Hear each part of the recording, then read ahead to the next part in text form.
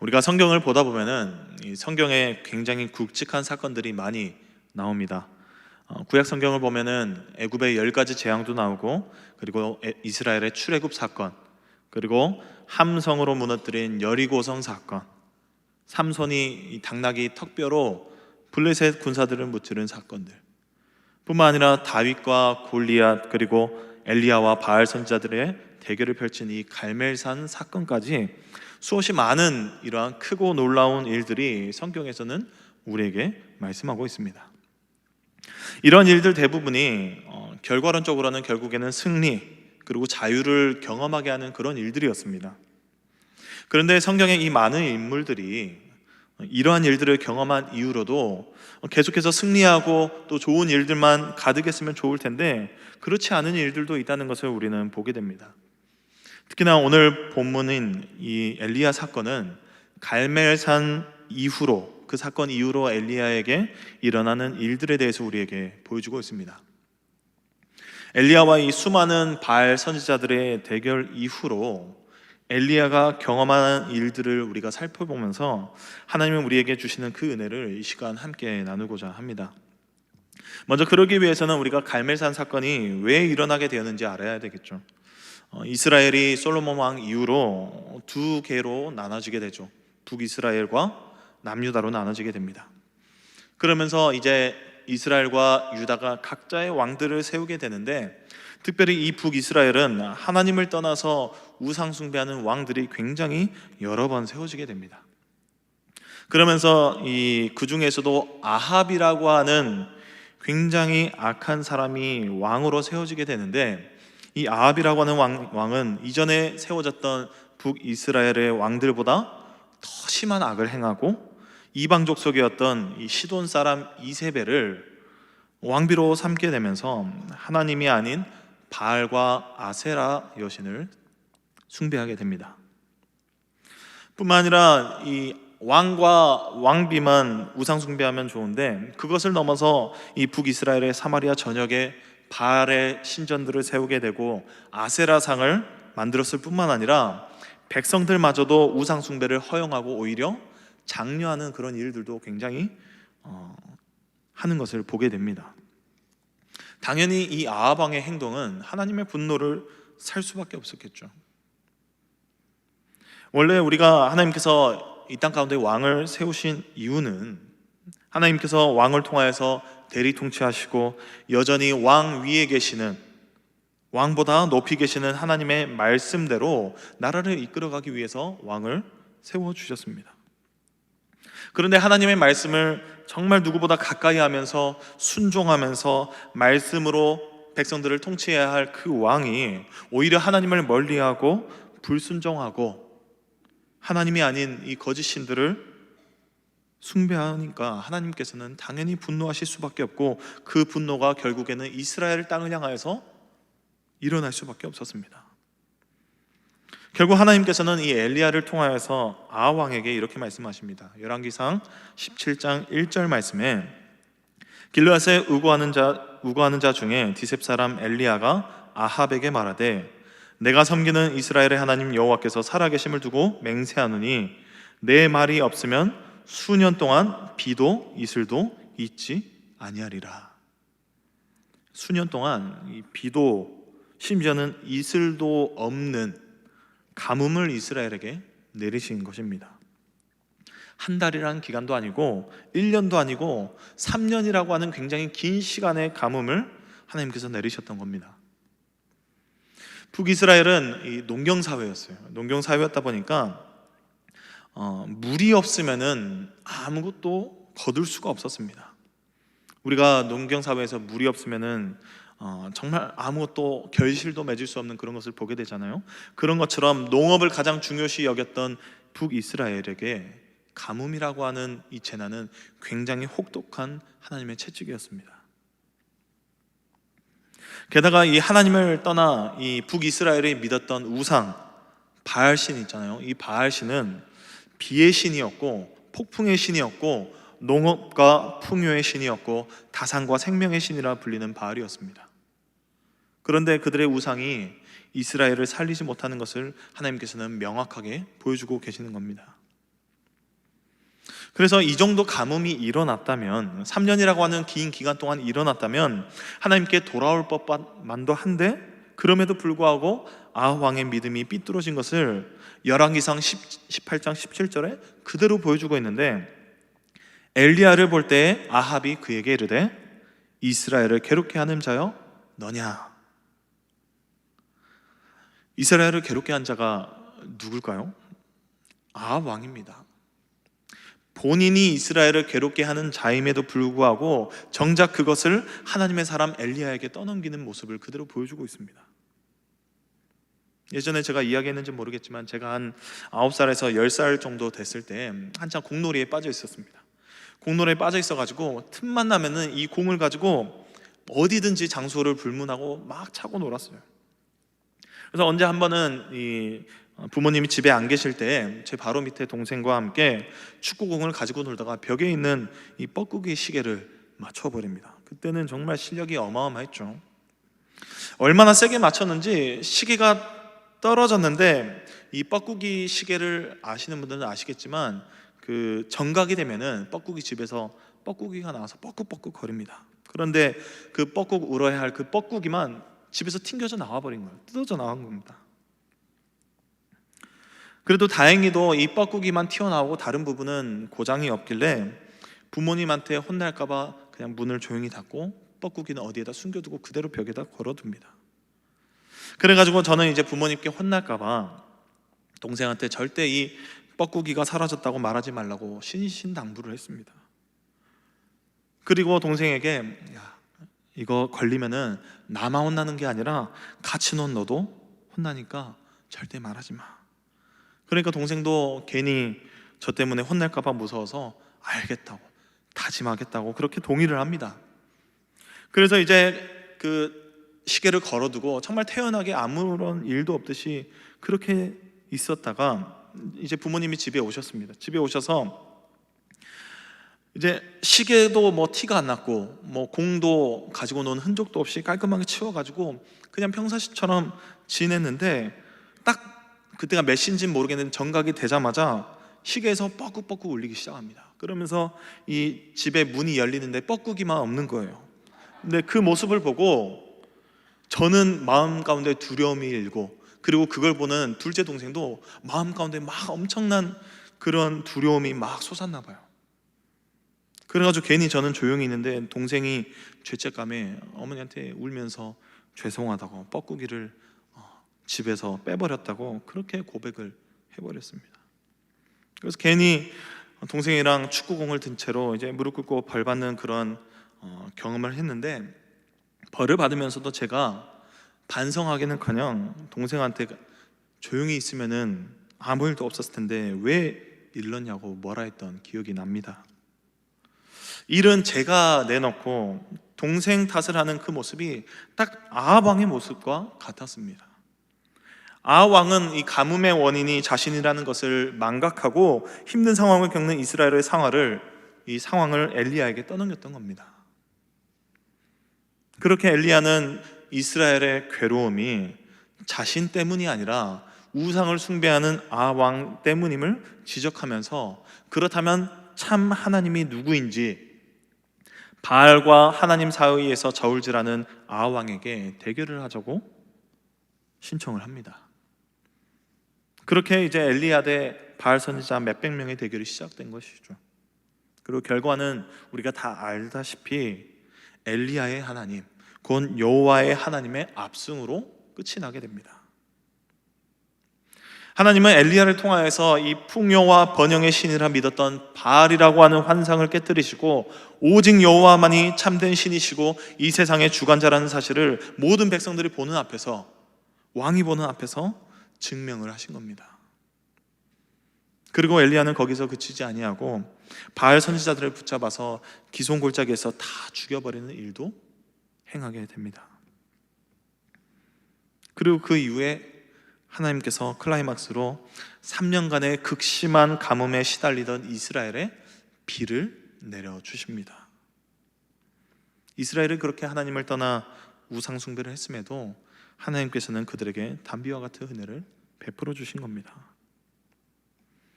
바알 선지자들과의 대결에서도 이겼겠다. 가뭄에 시달리던 이스라엘에 비도 내렸겠다. 엘리야가 생각했을 때는 이제 왕을 비롯한 이스라엘 온 백성들이 하나님 앞에 회개하고 바로 서기를 기대했을 것입니다. 그런데 오늘 본문 1절 말씀을 보시면 엘리야와 바알 선지자들의 대결을 보고 난 이후에 아하 왕이 이세벨 왕비에게 자신이 보고 겪은 모든 것들을 말합니다. 특히나 그 대결에 참여했던 바알 선지자들을 엘리야가 칼로 다 죽인 것을 말하게 됩니다. 아무래도 아하 왕으로서는 그 엄청난 일들을 경험하고 나서 자신의 힘으로는 이제 도저히 엘리야에게 안 될 것을 알고 왕비에게 그렇게 하소연하듯이 말했을 것입니다. 그런데 이 악독한 이세벨 왕비가 그 말을 듣고 어떻게 행동했나요? 하나님께서 엘리야를 통하여서 엄청난 이적도 보여주셨고 그리고 비도 내려주셨는데 변화되지 않고 완악한 이세벨의 그 모습을 그대로 보여줍니다. 2절 말씀에 내가 내 이맘때에는 반드시 내 생명을 너의 생명을 저 사람들 중 바알 선지자들이 죽었죠. 저 사람들 중에 한 사람의 생명과 같게 하리라. 너도 저 사람들처럼 될 것이다. 그렇게 하지 않으면 신들이 내게 벌 위에 벌을 내림이 마땅하니라. 이세벨은 한마디로 네가 죽든지 내가 죽든지 사생결단을 하고 있습니다. 엘리야에게 사형 선고를 내려버린 거예요. 엘리야가 어땠을까요? 원래 이런 큰 하나님의 이적과 기적을 경험하고 그 모든 것들을 다 눈으로 보고 체험했을 이 엘리야가 오늘 보면 3절 말씀에 이 형편을 보고 자신의 생명을 위해 도망했다고 표현하고 있습니다. 이 형편을 보고 자기 생명을 위해서 도망갔다고 하는 표현에서 영어 성경을 보시면은 afraid라고 하는 단어를 사용하고 있습니다. 두려워하다라는 뜻입니다. 수백 명의 바알 선지자들 앞에서도 아하 왕 앞에서도 떨지 않고 당당하게 하나님을 드러냈던 그 엘리야가 고작 이세벨이라고 하는 한 사람으로 인하여서 목숨의 위협을 받고 두려움을 느끼게 된 겁니다. 그렇게 엘리야는 그 길로 이 북이스라엘에 해당하는 이스라엘 평야에서 도망쳐서 북이스라엘을 벗어나 남유다로 내려가고 그리고 그 남유다 중에서도 가장 최남단에 있는 브엘세바까지 도망을 치게 됩니다. 이스라엘에서 이 브엘세바까지의 거리는 대략 150에서 160km 정도 됩니다. 우리가 하루에 20km 정도를 걷는다고 치면은 일주일 이상 걸리는 그런 거리예요. 그런데 그런 거리를 쉬지 않고 두려움에 떨면서 도망을 칩니다. 안 그래도 바알 선지자들의 대결 때문에 힘들었겠죠. 게다가 그들을 다 쳐서 죽이는 것도 굉장히 큰 체력과 어려움을 겪었을 겁니다. 뿐만 아니라 오늘 보면 이전에 갈멜살 대전 이후에 아하 왕이 이스라엘 평야로 내려갈 때에 하나님께서는 엘리야에게 힘을 주셔서 그가 아하 왕의 마차를 따라 달려갈 수 있도록 능력도 부여하셨습니다. 그 거리도 아마 20km, 약 20km 정도 되는 거리였을 겁니다. 그러니까 대략 200km 정도에 해당하는 그런 거리를 엘리야는 쉬지 않고 걸어간 거예요. 달려갔을 수도 있고요. 엄청난 체력을 소비했겠죠. 그리고 엘리야는 자신과 함께하던 사환을 그 브엘세바에 남겨두고 자신은 계속해서 이 북이스라엘로부터 멀어지기 위해 남쪽으로 여정을 계속해서 이어나가게 됩니다. 4절을 보시면 광야로 하룻길쯤 더 갔다고 말씀하고 있죠. 그렇게 광야로 들어간 엘리야는 로뎀나무 아래에 앉아서 정말 죽고 싶은 심정이었습니다. 하나님의 능력으로 그렇게 강력한 이적을 보여주었던 불과 능력의 그 선지자 엘리야도 한없이 결국에는 연약한 사람이라는 것을 보여주고 있는 겁니다. 원래 이 선지자의 역할은 하나님의 말씀을 전하고 그의 뜻대로 사명을 이루어 나가는 사람이죠. 선지자라고 해서 어떤 특별한 지혜와 능력이 있어서 하나님께서 그를 부르신 것이 아니라 그저 하나님이 택하셔서 그 자리에서 주님이 주시는 능력을 감당하는 자리가 바로 선지자의 자리입니다. 마찬가지로 엘리야도 선지자였기 때문에 선지자로서 북이스라엘의 하나님의 뜻을 전하고 그들이 돌아오도록 사명을 감당하는 그런 사람이었습니다.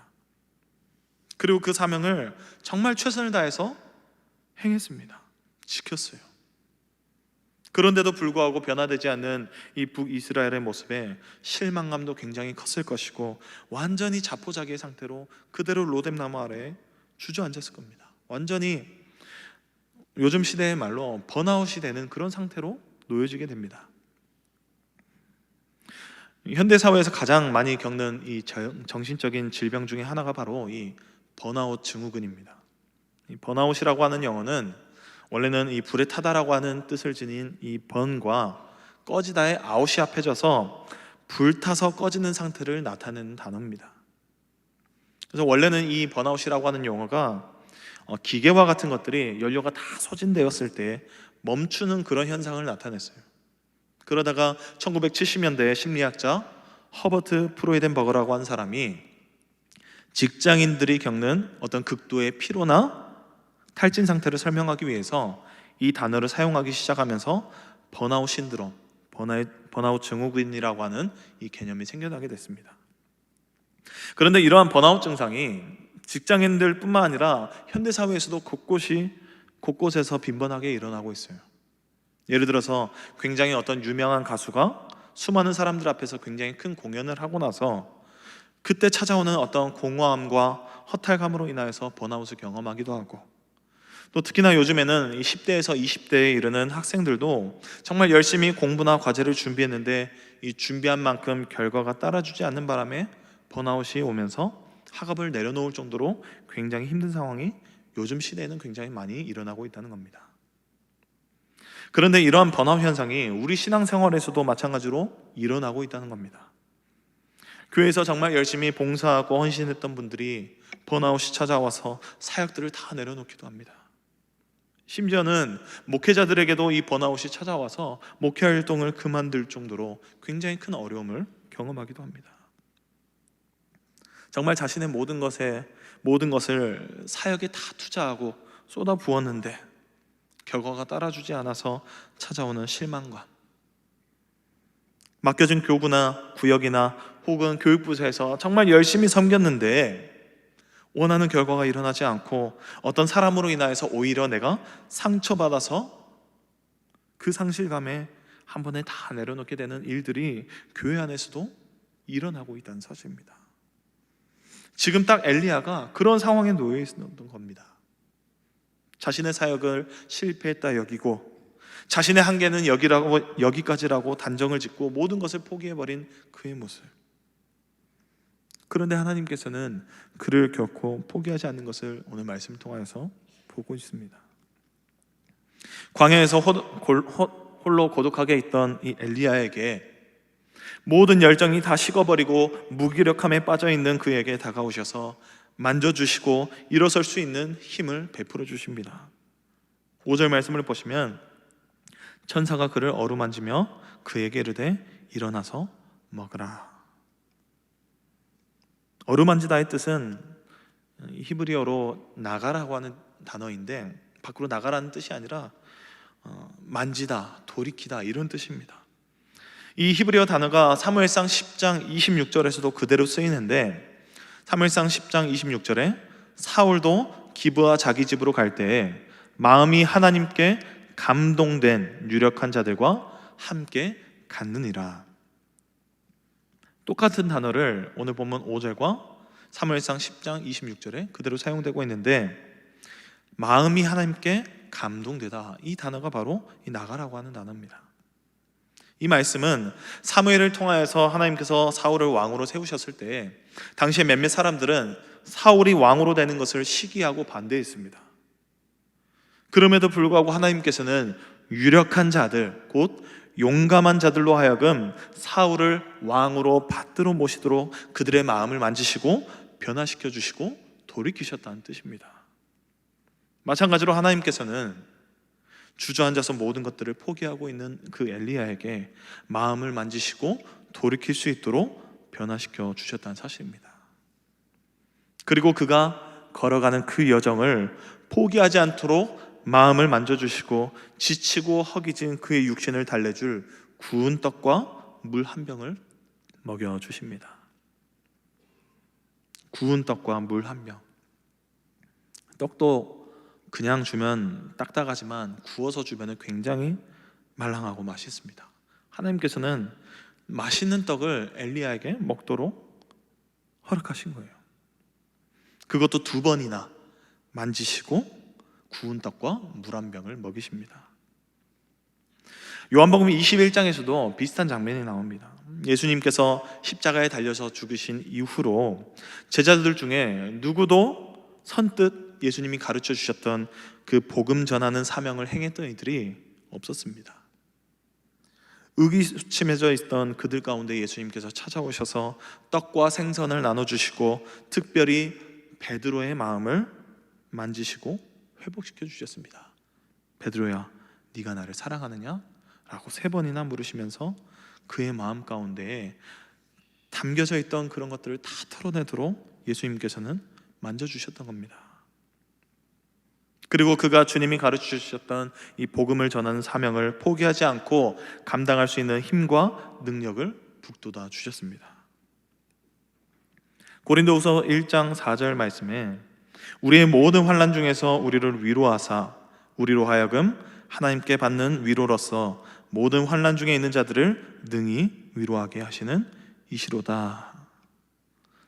사도 바울이 하나님이 어떠한 분인지에 대해서 명확하게 말씀하고 있죠. 그를 믿는 자들을 능히 위로하실 수 있는 그런 하나님. 엘리야처럼 무기력함에 빠져있고 모든 것들을 내팽개쳐지고 나를 죽여달라고 외치는 그를 위로하시고 만져주셔서 하나님께서는 다시 한번 그가 일어날 수 있도록 붙들어 주셨던 것입니다. 이처럼 하나님께서는 우리에게 맡겨주신 이런 사역들을 우리가 그냥 홀로 감당하도록 내버려 두시는 분이 아니십니다. 때로는 지치고 고될 때에 직접 우리의 마음을 만져주시고 회복하시고 우리가 사역을 감당할 수 있는 힘을 다시 한번 불어넣으시는 분이 바로 우리의 하나님임을 우리가 믿으시길 축원합니다. 계속해서 본문 7절을 돌아와서 보면은 엘리야를 향하여서 이렇게 말씀을 합니다. 7절 말씀에 여호와의 천사가 또 다시 와서 어루만지며 이르되 일어나 먹으라. 내가 갈 길을 다 가지 못할까 하노라. 과연 엘리야가 원래 가야 할 길은 어디였을까요? 원래 같았으면은 그가 도망쳤던 북이스라엘로 다시 올라가야 되겠죠. 하나님이 주신 사명을 감당하기 위해서 다시 거슬러 올라가서 북으로 향하여서 이스라엘이 하나님께 돌아오도록 말씀을 전해야만 했습니다. 그런데 하나님께서는 그를 북으로 발걸음을 옮기시게 한 것이 아니라 계속해서 남쪽으로 이동하게 하십니다. 그리고 하나님이 주신 힘을 의지해서 40주 40야 곧 40일 동안 걸어서 어디에 도착한가요? 호렙산에 도착했다고 합니다. 오늘 보면 8절에 호렙산에 이르렀다고 합니다. 우리가 잘 아는 시내산이죠. 호렙산, 즉 시내산이 어떤 곳인가요? 출애굽기에 그곳에서 하나님이 이스라엘과 언약을 맺으셨던 기념적인 장소가 바로 시내산입니다. 하나님께서는 이 번아웃된 엘리야를 떡과 물을 먹이시면서까지 곧장 북이스라엘로 다시 사명을 감당하도록 보내신 것이 아니라 이스라엘과 언약을 맺으셨던 그 장소 시내산으로 불러주신 것입니다. 그리고 그 호렙산에 도착해서 굴에 머물고 있던 엘리야를 향하여 하나님이 말씀하십니다. 9절 말씀에 엘리야야 내가 어찌하여 여기 있느냐. 하나님께서 엘리야가 이곳에 있는 이유를 몰라서 물으셨을까요? 아니면 아니 네가 지금 여기에 있으면 어떡해, 왜 여기 있어, 빨리 가 라고 책망하기 위해서 엘리야를 부르셨을까요? 하나님께서는 엘리야에게 주신 이 사명에 대해서 그가 다시 한번 새기도록 그리고 초심을 찾도록 말씀하고 계시고, 그리고 그의 마음을 만지셔서 그가 어떤 마음을 가지고 있는지 털어놓도록 권유하고 있는 겁니다. 그래서 엘리야는 하나님 향해서 10절에서 이렇게 대답하고 있죠. 그가 대답하되 내가 만군의 하나님 여호와께 열심히 유별하오니. 여기서 이 열심히 유별하오니라고 하는 말은 히브리어 원어적으로는 질투하고 질투하다라는 뜻입니다. 이 질투하라는 단어를 2번이나 반복해서 쓰는 겁니다. 엘리야는 이스라엘이 하나님을 떠나서 다른 우상들을 숭배하는 모습에 대해서 심히 분노하고 있는 것을 보여주고 있는 겁니다. 다시 말해서 그의 이 질투는 우상 숭배하는 이 이스라엘 백성들을 향해 질투하시는 그 하나님과 뜻이 같다는 그런 열정을 보여주고 있는 겁니다.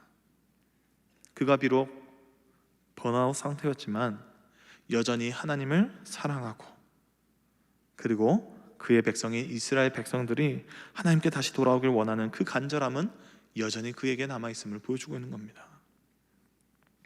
그러면서도 여전히 이 자신의 생명이 위협받는 이런 상황 가운데 이런 상황이 두렵다고 하나님께 고백합니다. 그러자 하나님께서 어떻게 행동하신가요? 여전히 두려워하는 엘리야를 향하여서 산 앞에 서라고 하십니다. 그리고 11절에 강한 바람을 일으키셔서 산을 가르시고 바위도 부수시지만 그곳 가운데 하나님께서 계시지 아니하였다고 합니다. 지진을 일으키셨지만 그 지진 가운데 여호와께서 계시지 않다고 합니다. 그리고 12절에서도 불이 일어나지만 여전히 불 가운데서도 여호와께서 계시지 아니하였다고 합니다. 그리고 나서 세미한 소리를 들려주십니다. 말씀 가운데 계시는 하나님을 보게 하신 것이죠. 세미한 소리가 들리자 13절에 엘리야가 그제서야 반응을 합니다. 그 세미한 음성을 듣고 겉옷을 들어서 자신의 얼굴을 가립니다. 이것은 무슨 말일까요? 주변에 흔들릴 정도로 굉장히 큰 일이 일어나지만 엘리야는 그것보다도 하나님 음성에 반응하고 있는 것입니다. 그제서야 자신이 하나님 앞에 서 있다는 것을 깨달은 거예요. 우리가 구역에서도 여러 번 나오지만 하나님을 대면하는 많은 사람들이 감히 하나님을 바라보지 못하고 엎드리거나 얼굴을 가리는 일들이 있죠. 출애굽기 33장 20절에 또 이르시되 내가 내 얼굴을 보지 못하리니 나를 보고 살 자가 없음이니라.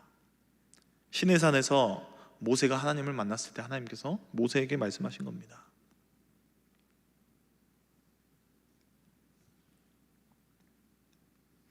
하지만 여전히 이 엘리야의 마음에는 두려움과 어려움을 떨쳐내지 못하고 10절에서 하나님께 대답한 그대로 똑같이 14절에서도 그대로 고백을 합니다. 그러자 하나님께서는 이제 번아웃으로 인한 무기력함에 빠져있는 엘리야를 향하여서 새로운 사명을 주십니다. 본문 15절 말씀에 여호와께서 그에게 이르시되 너는 내 길을 돌이켜 광야를 통하여 다메섹에 가서 이르거든 하사엘에게 기름을 부어 아람의 왕이 되게 하라. 너는 너의 길을 돌이켜서 이제 다메섹으로 가라고 말씀하고 있습니다. 이 다메섹이라고 하는 곳은 당시 아람 땅으로서 엘리야가 거쳐왔던 길을 다시 올라가야만 했습니다. 북으로 올라가야 됐어요. 어쩌면 북이스라엘의 아합 왕이나 이세벨의 여왕을 마주칠지도 모릅니다. 그런데도 불구하고 하나님께서는 아람 땅인 이 다메섹으로 가라고 새로운 사명을 부여하십니다. 무슨 말씀인가요? 이제 실망과 낙담을 안고 시내산까지 내려왔던 그 고난의 길을 말씀으로 새 힘을 주시고 새로운 사명을 부여하셔서 그 사명을 가지고 다메섹까지 올라갈 것을, 담대하게 올라갈 것을 말씀하고 계십니다. 엘리야는 하나님의 그 말씀을 듣고 하나님께 순종하여 그의 발걸음을 돌이켜서 이제는 당당하게 그 사명을 가지고 아람 땅까지 올라가게 됩니다. 이처럼 하나님께서는 우리의 삶 속에서 큰 승리를 경험하기도 하시지만 여전히 나의 연약함을 돌아보시기도 허락하십니다. 엘리야의 삶을 통하여서 말씀하셨듯이 여전히 연약한 나를 포기하지 않으시고 은혜를 부어주셔서 끝까지 하나님의 사명을 감당하도록 세미한 음성으로 말씀하시고 역사하여 주신다는 사실입니다. 그런 것처럼 우리의 연약함 가운데 하나님의 능력을 경험하는 것은 세상 사람들은 모르는, 믿는 우리에게 큰 은혜이자 특권이라는 사실입니다. 이것을 저는 연약함의 기쁨이라고 말하고 싶습니다. 우리는 연약한 것이 기쁨이자 은혜입니다. 우리는 연약하기 때문에 하나님을 의지하고 연약하기 때문에 하나님을 붙들어야만 살 수 있는 존재입니다. 그러나 우리가 하나님을 붙드는 것이 이 삶을 승리하는 방법이고 이 삶 가운데 기쁨이 넘치는 방법이라는 것을 우리들에게 연약함을 통해서 깨닫게 하시는 분이라는 사실입니다. 결국 하나님이 우리에게 고난을 허락하시는 것은 우리의 연약한 가운데 하나님을 의지하면서 견디게 하시고 이제 세상 가운데 흔들리지 않을 이 영적인 성숙을 이루게 하여 주시는 것입니다. 엘리야에게도 고난이 찾아오고 이 번아웃이 오게 된 것도 그의 성숙을 위해 허락하신 하나님의 뜻과 계획이라는 사실입니다. 하나님께서는 이스라엘과 언약을 맺으셨던 그곳에서 시내산에서 엘리야를 하나님 앞에 세우셨습니다. 텅 빈 그의 마음을 하나님의 말씀으로 세미한 음성으로 채우시고 초심을 회복시켜 주셔서 다시 하나님의 일을 감당하도록 붙들어 주셨다는 사실입니다. 우리도 우리의 신앙에 고난이 올 때, 지치고 포기하고 싶을 때 다른 것을 찾는 것이 아니라 하나님 앞에 나아가야 되는 줄로 믿습니다. 가끔씩 그런 분들도 계시죠. 다 포기하고 싶을 때 떠나라. 다 내려놓고 너를 위로해 줄 친구를 만나라. 한적한 곳으로 떠나라. 그렇게 말을 들었을 때 그렇게 하는 사람들도 있습니다. 정말 아무것도 없는 한적한 곳에서 홀로 힐링한다고 생각하고 그렇게 떠나는 사람들이 굉장히 많이 있다는 사실입니다. 참 좋은 방법이기도 합니다. 생각만 해도 힐링이 되는 것 같습니다. 그러나 그것보다 더 큰 쉼이자 회복의 시간은 우리가 하나님 앞에 있는 그 시간이라는 사실입니다.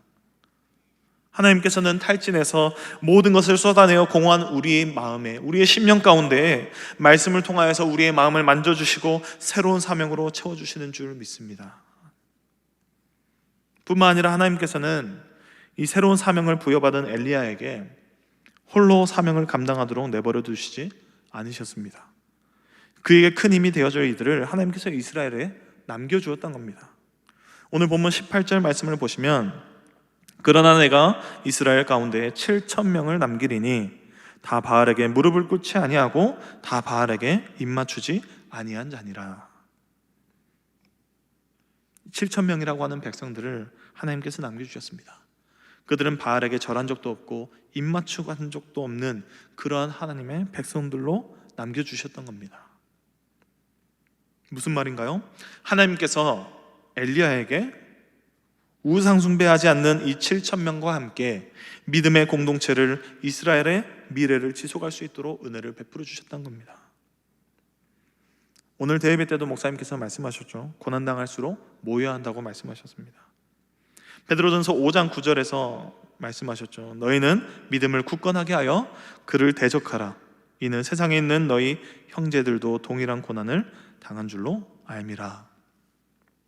우상 숭배가 만연하고 사악한 이들의 위협 속에서도 함께 버텨줄, 견뎌줄 믿음의 형제들을 통하여서 우리에게 공동체를 이루게 하시고 그 안에서 서로를 위해서 기도하고 함께 하나님을 예배하는 그런 교회를 우리들에게 허락해 주셨습니다.